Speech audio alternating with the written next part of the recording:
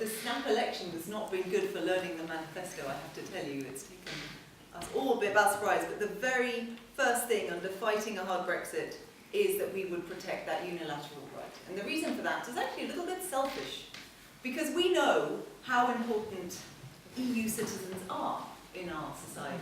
It's not, there is a wider case to be made for why diversity is good and why, actually we are part of a fabric of our society. I think some of the most heartbreaking conversations I've been having, not just recently during the election, but actually way before, because I have so many friends who come from EU countries as well, is that they now feel unwelcome in this country. So they came here, they didn't bother changing their nationality. They never felt they had to. One's French, one's English, they have kids, they're bilingual, sometimes they're not.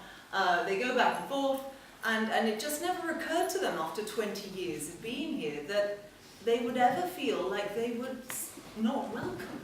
And I think that's the thing that upsets me the most, is somehow we have become this insular society that makes people feel this way. And that is something I think we also need to address as part of this healing process that needs to come out of the next few years. Because let's face it, there has been a rupture in society that has sprung up since the referendum. And we need to heal that. On the practicalities of indefinitely leave to remain, I believe it's someone I'm sure you know the number, but in the order of 30% are rejected at the moment. It's an 85-page. It's an 85-page application that costs over £1,000 or something to be able to. It's 1,200, I think, something like that. 65. How much? 65 pounds. I've heard more because there are lawyers. 65 pages. 65 pounds for the permanent residency, and then for the. So 65 plus 1,000. Yeah, so just over 1,000. I mean, this is ridiculous. I mean, it shouldn't be that someone who has had their right to not have indefinite leave to remain now has to go through this rigmarole. I mean, in terms of legislation needed to do that, I actually don't think it is primary legislation that's needed. I believe it's secondary legislation that comes from the Home Office.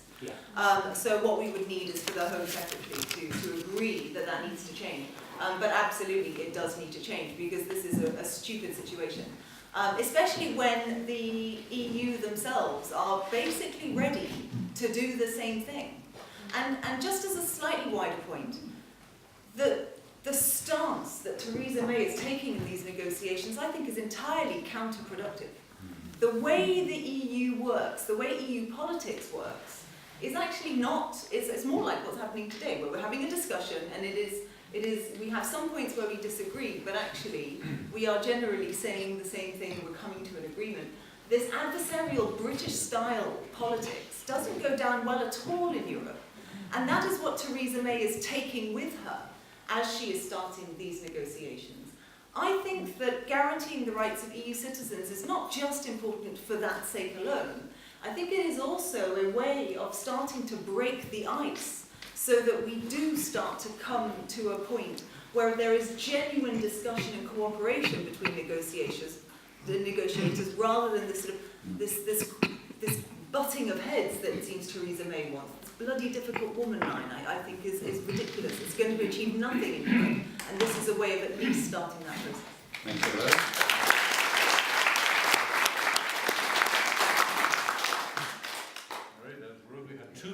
So I'll start with the second bit first, and I don't want to repeat some of the things that Layla has already said about process, but I would say that actually, who would I rather have at that negotiating table, negotiating that legal change that needs to happen on behalf of what might be my constituency? I would much rather that was Keir Starmer than I would Boris Johnson, one of our top PCs in the land.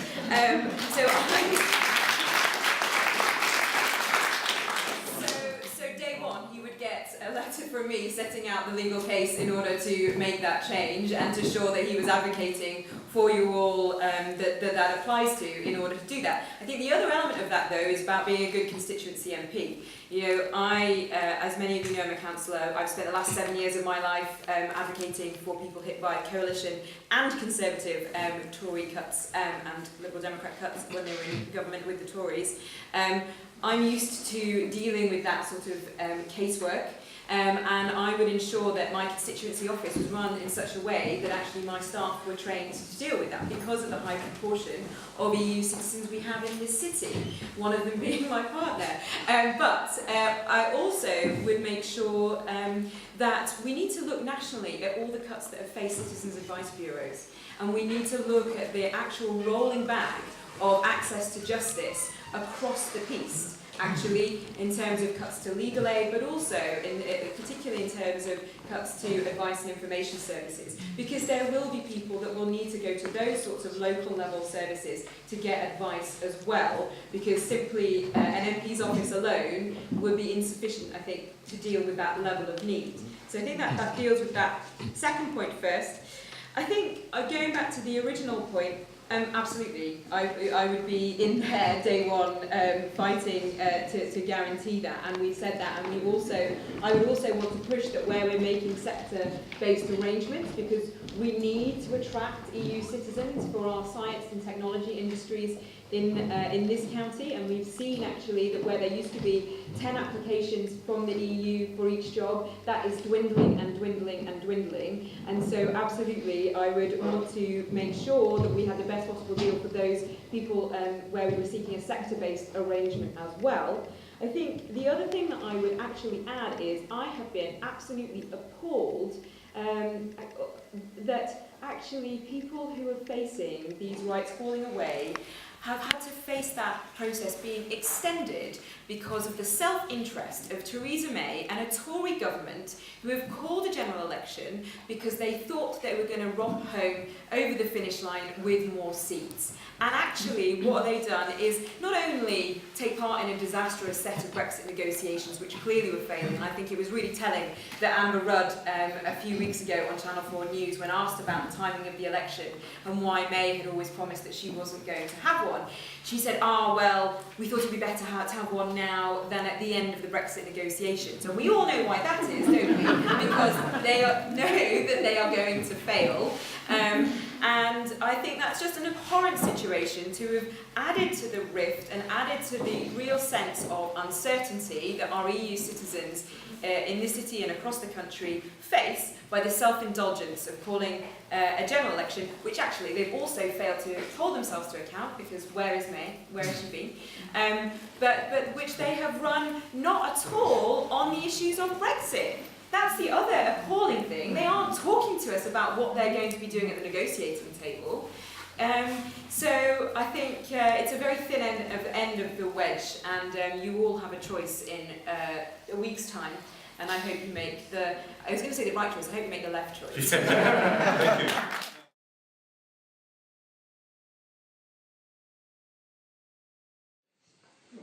Oh, you're sorry, General. Yeah, you are. The Irish question. Shall I read your question? Many persons of Irish origin live in this constituency.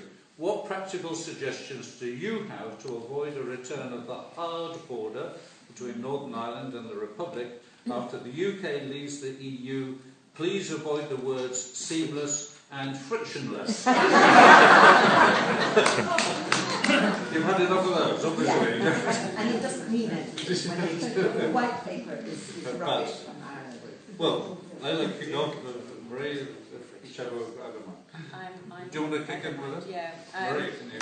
So I'm deeply concerned about this, as I said already. I have a number of Irish friends, and a hard border, which is what the Tories are seeking to put in place, would be absolutely devastating for local economy and local communities.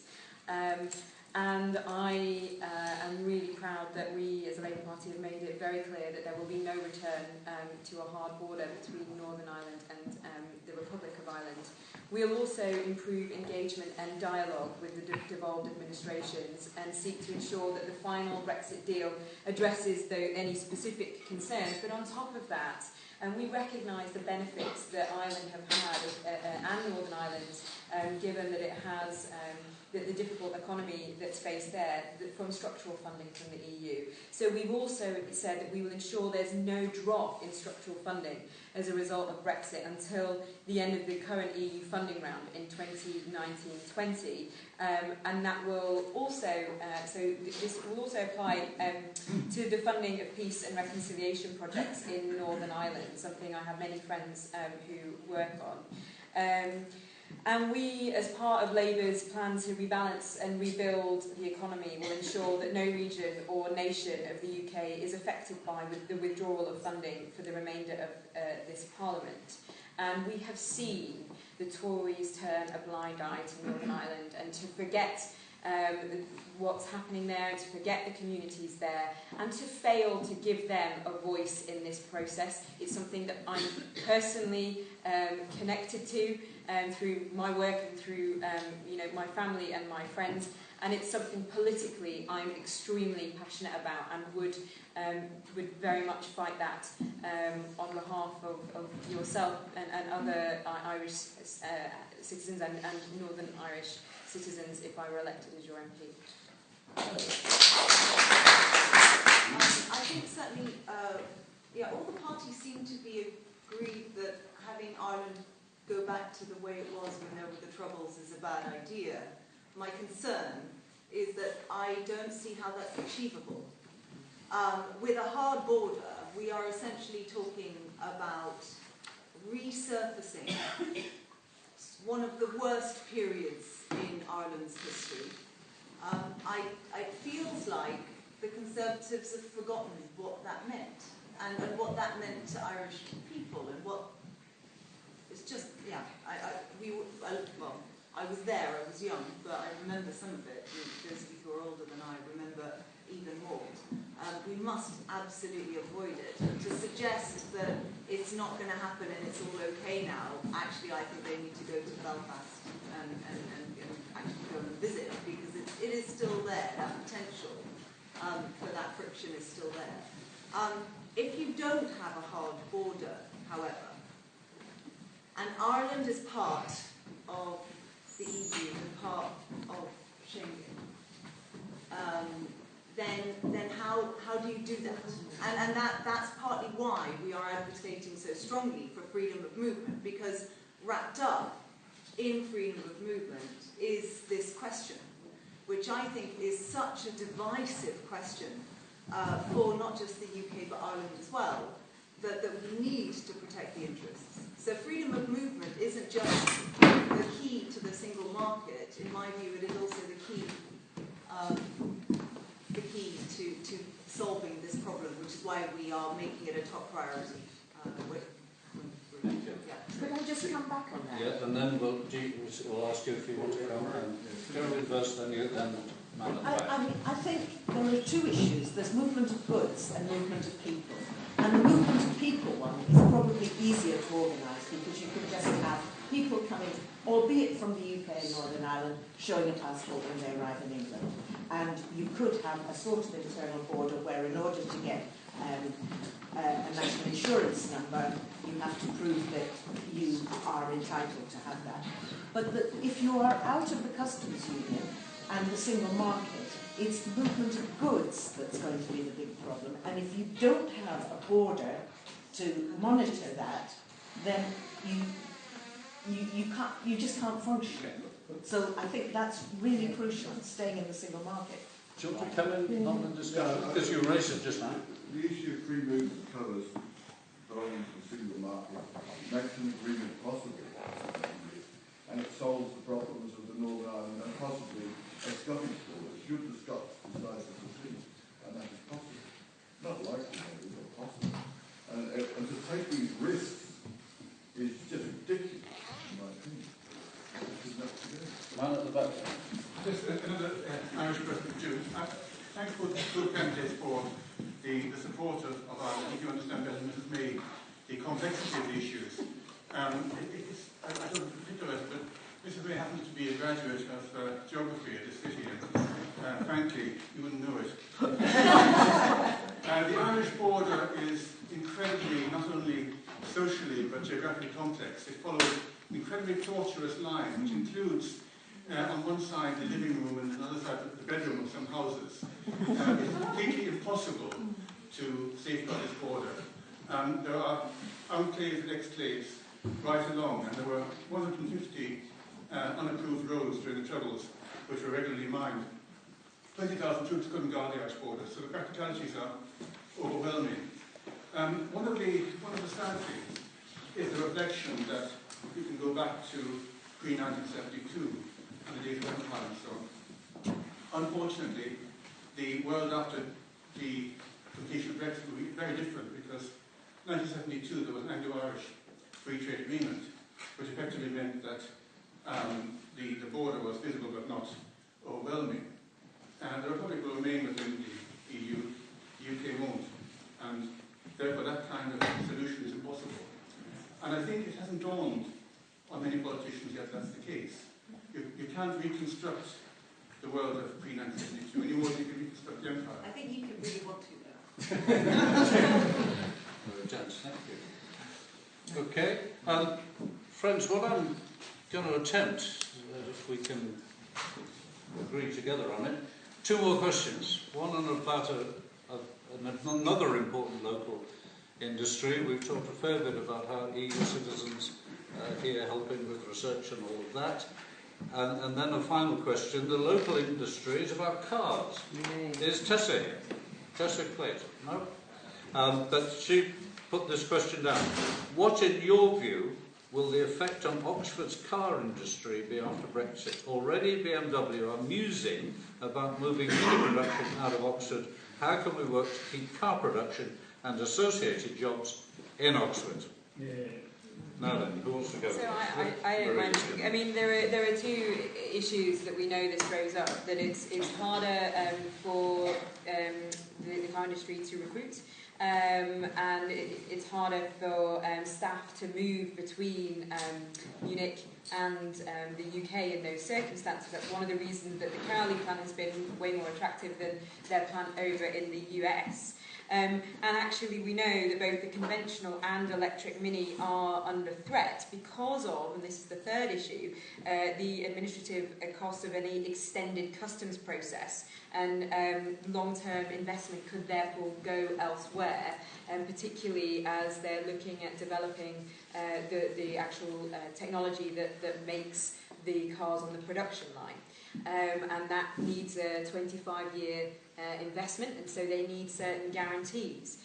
So it's a real problem for those reasons that we said, and again, this is why we want to ensure that we remain part of get the best possible deal from the customs union and the single market, so that there aren't those issues around the administrative process being delayed so that it becomes too costly for that important industry to function successfully here in Oxford. And we have said in terms of, so I've kind of made some of the general points, and then just a couple of other things around the trade deals, which is sort of an important context to understand.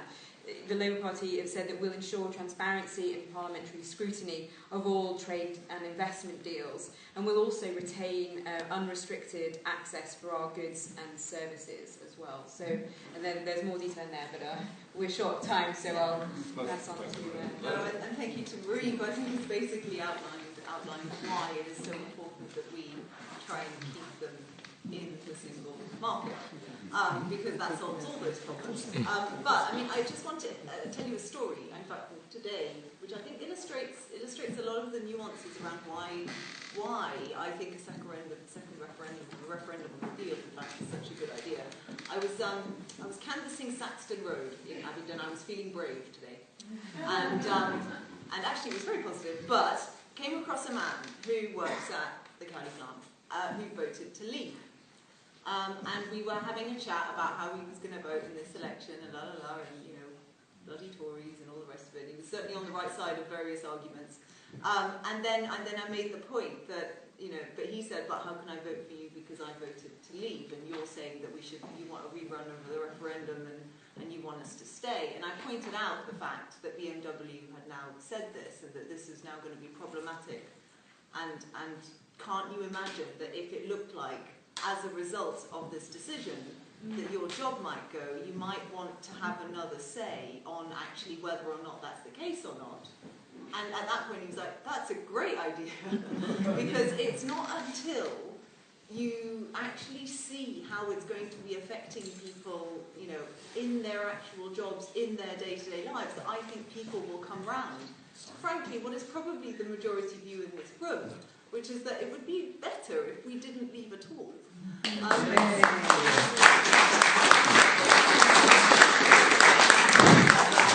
we need to get to that point.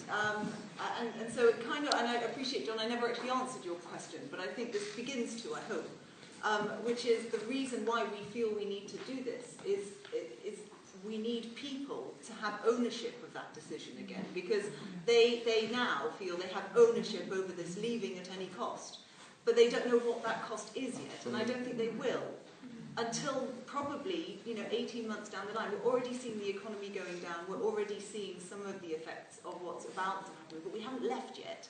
And I think until they start to see the real consequences for them and their family, then at that point, maybe it might well make them change their mind. I'm in the front here, one over there next. Can I address to Mary a question about trust in leaders of parties?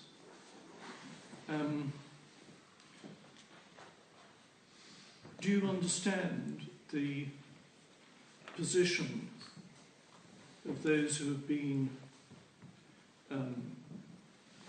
very strong Labour supporters over the years, who feel that there has been a deep betrayal of trust and of Labour values by the leader of the Labour Party in his failure during the Brexit campaign, during the referendum campaign, strongly and sincerely to fight for remaining, on the view that that was the only way of realising Labour values, compared with the catastrophe for Labour values that we now contemplate in pursuing this path of Brexit.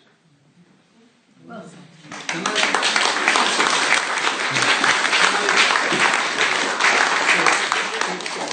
Was your point on the car industry? Okay, let's Maria respond to that, and then we'll pick up your point here. So I can say that the Labour Party strongly and sincerely did fight to remain. I was out every single day. No, I was. John can tell you.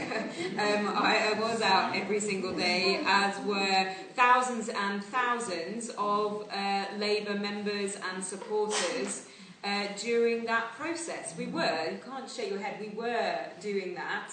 And leave it there, I think, because that is the truth. That wasn't the question. The question was about leadership. Look, in terms of leadership, I think what you see in our manifesto is a culmination of what both the leader and the other shadow ministers have put together, but also what's come through our party structure and the policies that our party structure has voted to have. And that's the manifesto that's before you. That's what you're voting for. I think it's a right vision for the future of our country. And I think actually there is a lot of time wasted in not holding to account the person who was supposedly strong and stable and evidently is not, has let our country down during the negotiations. That's why she called the self-indulgent general election, and she has let us down during that process. Actually, by contrast, Jeremy has done the opposite and has engaged, and the members of his team have engaged and been visible and been present, and all of us have worked very, very hard to fight for those Labour values. But not There's a lady who's been waiting. I know, I've seen it.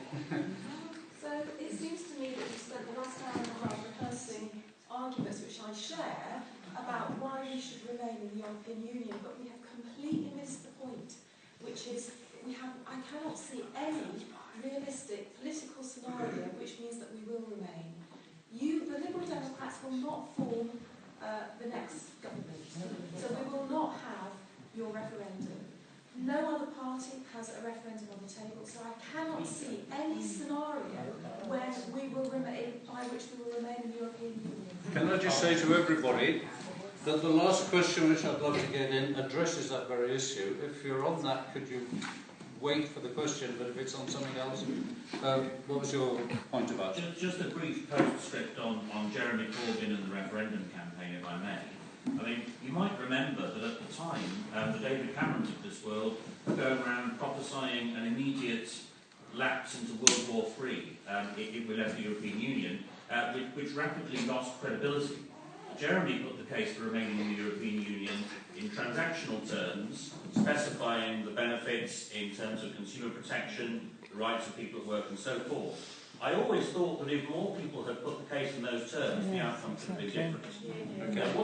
What's at stake now, as both our candidates here have pointed out, is to try to retain for Britain the maximum benefit that we have derived from our European Union membership, and that is in jeopardy by an unholy alliance of the UKIP residue, which the Tories are trying to mop up, and their allies in the right-wing press, which are opposed to any form of government or any form of regulation in any sector.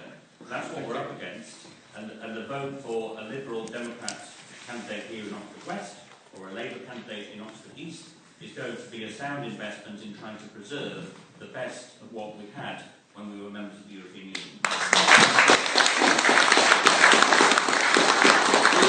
I think we've moved on from the car industry. Are you on that subject or something else? But I put in a question which hasn't been reached on Euratom, Cullen, etc. Yeah, well, we are under pressure of time, sir. I'm sorry. But can we agree to extend for 10 minutes? There is a final question, and I'll take that one now. Yeah? So if you'd allow me to put the Euratom question in. Yeah. If you'd allow me to put that now, you must be David. I'm David Blackman. I'm chairman of the European Movement of this region. Shall I read your question? You can read it. Yeah. But I'd like to say something in background as well. So read it.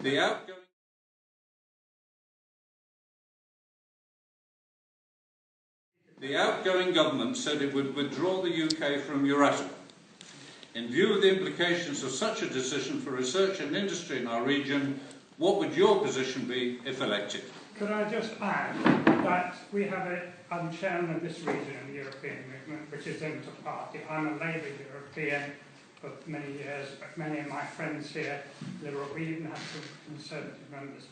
We have a new chairman this year, and we got him, Stephen Dorrell, former Tory Cabinet Minister. We got him down for a day in Oxford to talk to stakeholders, public and private sector, the universities, research, the hospitals, private industry. The representative from Cullen withdrew. They were warned by number 10 to keep their mouths shut. Now, they'd been very vocal at the beginning, and when the announcement was made, the MP for Wantage wasn't informed. He was a Cameroonian, so he was in the wrong group.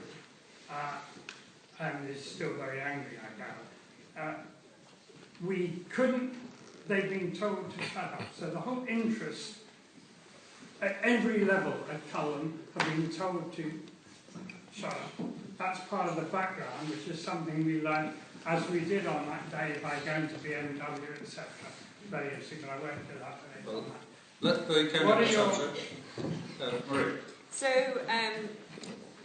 membership of Euratom is vital for the joint European tourist jet, which is located at the Cullen Centre, and it's the world's largest and most powerful European fusion research programme. And we have made it really clear that we will retain access to Euratom to allow continued trade of fissile material with access and collaboration over research vital to our nuclear industry.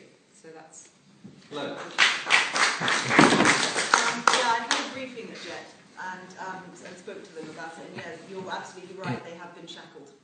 And the reason is because they receive a proportion of their money from the British government, and therefore they kind of come under purdah. And so have basically been told that they are not allowed to say anything. They have made it absolutely clear that the cliff edge that we are about to go off by leaving Euratom, which I need to tell you, Nicola Blackwood voted specifically for. Okay, this is really important to point out.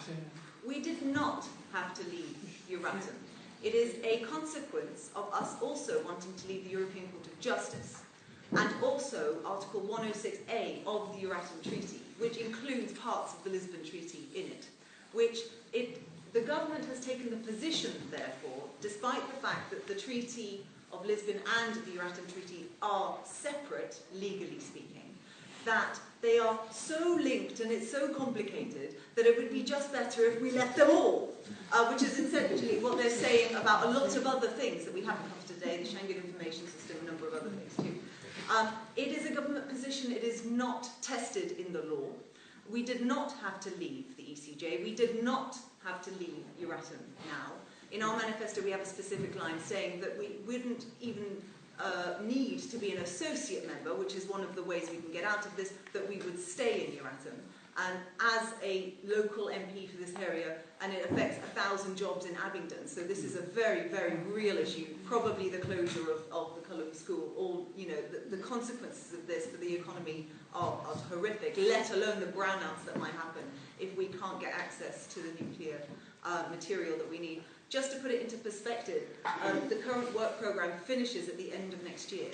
So we've got 18 months left or so. They suggested to me that it would take something like 24 months to negotiate associate membership.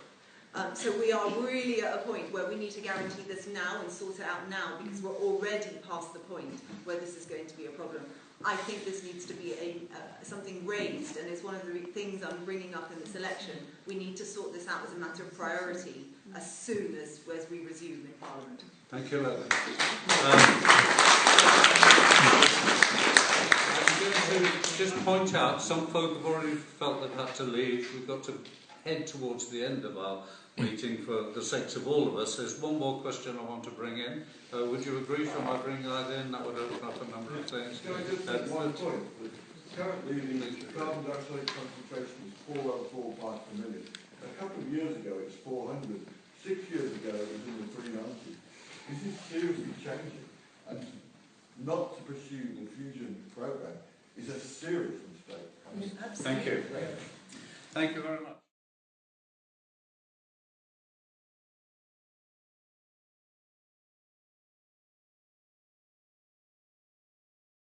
Layla. Yes.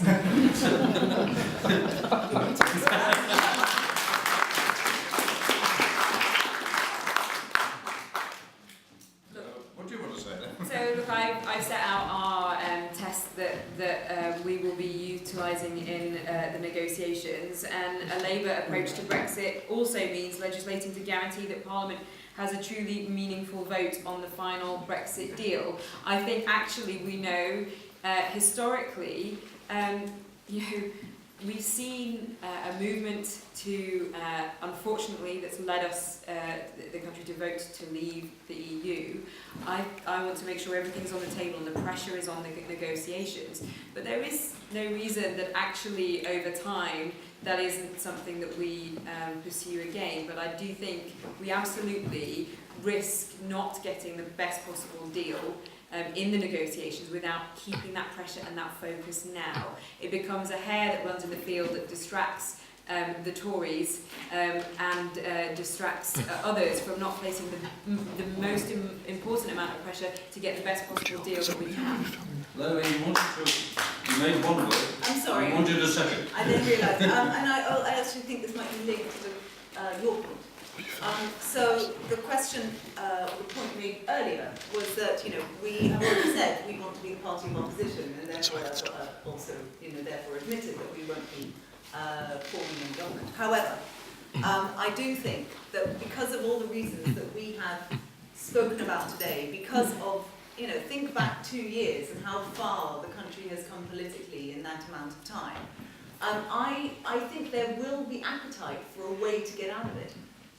And I think we can't see it now, but then could we see where we are now 18 months ago, before that referendum? Of course we couldn't. I think politics is moving so fast and it's so fluid in this country that and this is where my hope lies. And I think as a Liberal Democrat MP, I want to keep reminding people that this is an option. Because I think it will get to the point where politically it's going to be untenable to actually leave, especially if leaving means what the Tories are saying, which is leaving to WTO rules if they get this bad deal. And so that's how I think we will end up in the position where a referendum will be suggested. A couple of quick comments from the floor. See a person at the back there and then over there. What concerns me is that these discussions, or whatever they are, over the next 2 years are expensive, time-consuming for all concerned. 28 countries. I've just spent 6 weeks on the continent. I won't say in Europe because we are in Europe. But I mean, if they've spent that money and time, what scope is there really for a reversal? For us to say, sorry, we don't like this, and actually we want to stay. At the back there. I'd like to ask Marie, she said that Parliament should have a meaningful vote when the deal has been negotiated in 2 years' time. What happens if Parliament rejects the deal that's been negotiated by the government? Let's just gather, you had your hand up, let's see what other comments and then see if our candidates have got a final response. So this is a question for Marie. Why do you think that Europe will accept that UK will stay in the Schengen market in a chain of analysing visas by sectors? And how do you think Europe shall approach the visas of English citizens living in European countries? And one final contribution, and then we'll ask our candidates to make final statement. Thank you. Governments in power make mistakes, and sometimes they avert mistakes before they're made. So Labour, for instance, were trying to bring in ID cards, and that stopped. Labour took us to the legal war that spiralled the Middle East out of control.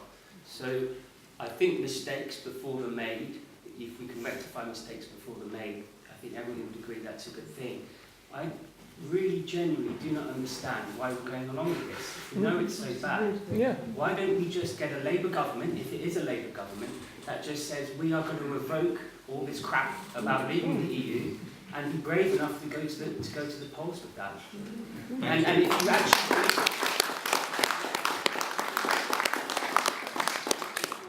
actually believe that, because you spoke about values and what your party's values are, you wouldn't have gone in and invoked Article 50. Let's ask the candidates to make responses. Marie, one or two were addressed directly to you. Yeah, so I think the first thing is to be said that it will be a two-stage process. We know that the first stage that is incredibly important to us is looking at the rights of EU citizens and the numbers and the process of exiting Europe. And that's where the focus must be. And then the second will be the economic trade deal. We have to ensure that we achieve those things, and that's why we put down those bright lines. The question that was just made there, I think I as a Labour Party member, as a councillor, I canvass all over the country, and unfortunately, and it breaks my heart to say it, but parts of the rest of the country aren't where parts of this city are, and that's not patronising to those people at all. It's actually just saying we need to bring them with us, and we need to understand with great integrity and humility why they voted the way that they did. And I actually think what we can do is really carefully over the process of negotiations communicate what's at stake at each of those levels and engage them as their local MPs, talking to them about that final vote that we as a Labour Party have said. And actually that is what gives the democratic credibility and legitimacy to that process. We have to carry those people with us. Otherwise the schism and the division that we've seen under the Tories, who gambled all of our futures because David Cameron thought that he could get away with it, will continue to unravel the segregation that is there. And you know, when you go out and canvass up in the parts of the West Midlands, parts of Yorkshire, parts of this constituency as well, those people aren't with us, and that's why we as politicians need to communicate what's at stake much more clearly than ever happened through that process. But we have to bring them with us, because otherwise we will never heal that division. You have a leader who's not bringing people with you. That's your problem. Let Layla respond, please. I really want to agree on this, because I think one of the things that we need right now is a way to bring the country back together. I think the way to do that isn't to leave the EU, however. I think that is now being used as a sort of a panacea of how we're going to fix this country by the Conservatives in UK. And actually I think, honestly, it's a failure of all political parties and also the media for not adequately making the case for pro-Europeanness and what the EU is to us and why it is such a valuable asset. And I've seen it for myself. You know, you will have seen in the EU referendum leaflets that even my party put out, who are very pro-European, that, you know, we still talk about potholes. Because we need to find a way of connecting with people, and a lot of people did feel that the EU and them wasn't connected. But I think we should have done more of it. We should have been even more evangelical about why the EU is a good thing, and not pandered to the Daily Mail and the other right-wing press. And as much as they are saying the negatives, we as progressive political parties should have been saying more of the positives. So actually I think we are partly to blame. I think the way we are going to heal this, however, is we do need to bring people with us, but I'd like us to, it's going to take some time. I think the economy is already beginning to decline. I think, you know, that story on Saxton Road was, I think, quite eye-opening for me, because I really felt there was hope here. That people who did vote to leave will start to feel how that's going to actually affect them. And I do genuinely think that there will be shiftings of political sands over the next 18 months, whereby we then need an end point that might well allow us to remain. But we do that slowly and carefully and respectfully and with humility, and we don't tell them that they were wrong. You know, we have to meet, when you're trying to get some, you know, you're trying to explain something to someone, the right thing to do is to meet them where they are, not to bring them to where you are. So I think we do need to address this problem, and I do agree with you on that. Thank you very much.